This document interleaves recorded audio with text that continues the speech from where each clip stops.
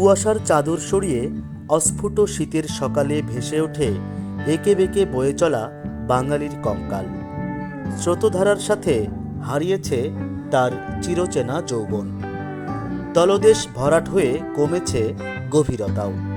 বাঙালি নদীর পলিমাটিতে গড়ে উঠেছে বিস্তীর্ণ জনপদ। এখানে এসে সাঘাটা আর গোবিন্দগঞ্জ গাইবান্ধার এ দুই উপজেলাকে বিভক্ত করেছে নদীটি। দুই উপজেলার মধ্যে বিভক্তি রেখা টেনে দিলেও এ জনপদের মানুষকে ঠিকই বুকে আগলে রেখেছে নদীটি। বাঙালির পেতে দেয়া বুকে ধীরে ধীরে ঘটে চলেছে সবুজের নীরব বিপ্লব। তিল তিল করে গড়ে উঠছে অর্থনীতির ভিত। তারই একটি অনুষঙ্গ মিষ্টি আলু। মিষ্টি আলু চাষাবাদের পর গাইবান্ধার সাঘাটার রামনগরের কৃষক সবুজের মতো এই অঞ্চলের কৃষকের চোখে মুখে যেন মিষ্টি হাসির ছাপ খুঁজে পাওয়া যায়। কিন্তু কেন? এক কথায় প্রশ্নের উত্তর হলো অল্প সময় স্বল্প খরচে বেশি লাভ জন্যই কোমর বেঁধে মিষ্টি আলুর প্রতি ঝুঁকে পড়েছেন তারা। ফলন বেশি, এই জন্যে আমন ধানের চা আমার এই শাকালু মিষ্টি আলু নাগাই কৃষক 1 শতকে 3 মণ নামে আর 800 টাকার বেচলে তাও 1600 টাকা। এই জন্য মনে করো ধানের চা আমার এই চড়ার জমিনত এই মিষ্টি আলুটাই হলে বেশি রকম চাহিদা আমার এই মিষ্টি আলুর জন্যে। ধানের ফলনের চা আমার মিষ্টি আলুর ফলনটা বেশি হয়, এই জন্য আমরা আমন বাদ দেয় মিষ্টি আলুটা বেশি নাগাই। চলতি মৌসুমের শুরুতেই প্রতিমণ মিষ্টি আলু বিক্রি হচ্ছে গড়ে 800 টাকা। সে অনুযায়ী প্রতি বিঘা জমি থেকে প্রাপ্ত আধুনিক জাতের মিষ্টি আলুর উৎপাদন গড়ে 85 মণ, যার বর্তমান গড় বাজার মূল্য প্রায় 68,000 টাকা। মাত্র 3 মাসে প্রতি বিঘা মিষ্টি আলুর আবাদে কৃষকের খরচ 18,500 টাকা। খরচ বাদ দিয়ে কৃষকের পকেটে লাভ থাকছে 49,500 টাকা। উল্লেখ্য যে আধুনিক জাতের এ সমস্ত মিষ্টি আলুর ফলন দেশি জাতের তুলনায় প্রায় দ্বিগুণ। অন্যদিকে প্রতি বিঘা জমিতে আমনের আবাদে খরচই হয় গড়ে 10,915 টাকা, আর 1 বিঘা জমিতে ধান হয় গড়ে 14 মণ। বর্তমান বাজারে যার দাম 19,500 টাকা। আমন ধান আবাদের চেয়ে লাভের পরিমাণ বেশি হওয়ায় দিন দিন বৃদ্ধি পাচ্ছে মিষ্টি আলুর আবাদ। বাজারে যাওয়ার আগে জমি থেকেই নগদ টাকায় মিষ্টি আলু কিনে নিয়ে যায় বিভিন্ন এলাকার ব্যাপারীরা। আমরা এখান থেকে আলু নিয়ে বিভিন্ন জায়গায় সেল দিই, ঢাকা, রাজশাহী, কুষ্টিয়া, বিভিন্ন জায়গাতে। এই শুধু আলু এই জায়গাতেই না, আলু অনেক জায়গাতেই আছে, তবে এই জায়গার আলুটা জনপ্রিয় বেশি। মানে আলুটা হইলো কালারেও সুন্দর, মানে অল্প দিনে হয়ে যায় তাড়াতাড়ি, এবং এই আলুটা লাভজনকও বেশি। কৃষকেরও লাভজনক বেশি, আমাদেরও জন্য সুবিধা। এ তো গেল শুধু আলুর গল্প।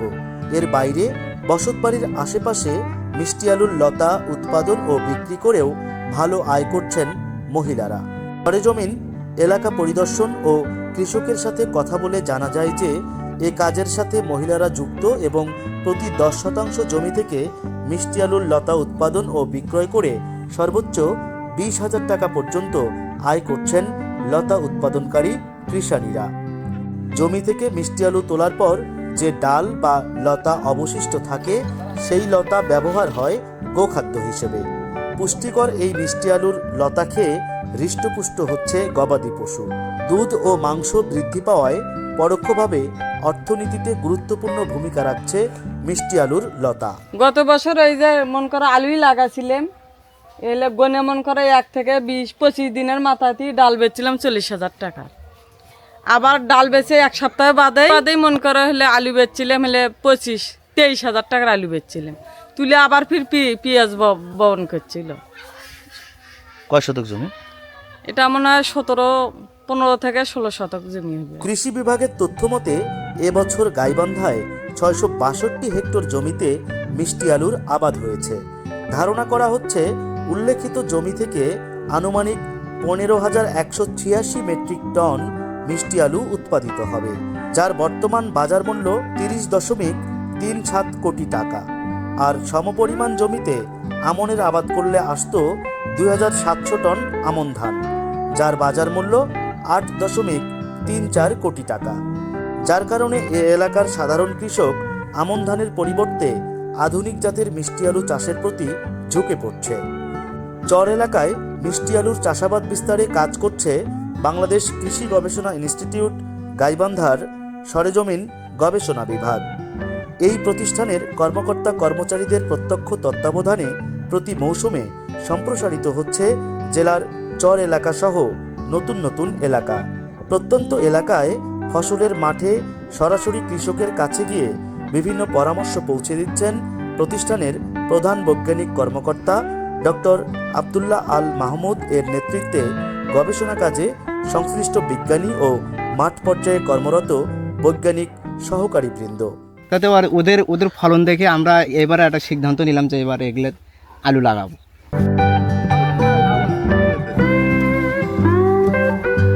আমরা মূলত ওসমানের পাড়া এবং রামনগর এই দুটো এলাকায় পাইলটিংয়ের আওতা নিয়ে আসছি। আমাদের আপাতত এখানে প্রায় 300 বিঘা জমি আমাদের পাইলটিংয়ের আন্ডার রয়েছে, অধীনে রয়েছে। আশা করা যায় এখানে যদি আমরা এই বছর সফলভাবে এটা করতে পারি, পরবর্তীতে আগামী বছর হয়তো এইটাকে আরও ডাবল করা সম্ভব হবে। একটা সময় শুধুমাত্র দেশীয় জাতের এক প্রকার মিষ্টি আলুর চাষাবাদ হতো এই অঞ্চলে। এখন মূলত দেশি আলুর পাশাপাশি উন্নত জাতের মিষ্টি আলুর চাষাবাদ হচ্ছে। এর মধ্যে উল্লেখযোগ্য মিষ্টি আলুর জাতগুলো হচ্ছে বাড়ি মিষ্টি আলু 8, তৃপ্তি, দৌলতপুরি, কোকি 14 উল্লেখযোগ্য। আর এসব আলুর বহুবিধ ব্যবহার বাড়ছে দিন দিন। এক এক আলুর গুণ, মান, স্বাদ এক এক রকম। অর্থনৈতিক গুরুত্বের পাশাপাশি আছে পুষ্টিগুণ। এটি লাল না, আসলে এটি বেগুনি কালারের মিষ্টি আলু, বাড়ি মিষ্টি আলু 17। এটি আসলে অ্যান্থোসায়ানিন এনরিচড। অ্যান্থোসায়ানিনের কাজটা হচ্ছে ক্যান্সার প্রতিরোধ করা। এছাড়া এর মধ্যে প্রচুর পরিমাণে ভিটামিন এ রয়েছে। আমরা যদি 100 গ্রাম খেতে পারি তাহলে আমাদের প্রতিদিনের যে ভিটামিন এর চাহিদা সেটা পূরণ হবে। এছাড়া এখানে প্রচুর পরিমাণ ম্যাগনেসিয়াম এবং আয়রন রয়েছে, যা আমাদের অন্যান্য যে পুষ্টি উপাদান যে ঘাটতি আছে সেটা পূরণ করতে সক্ষম।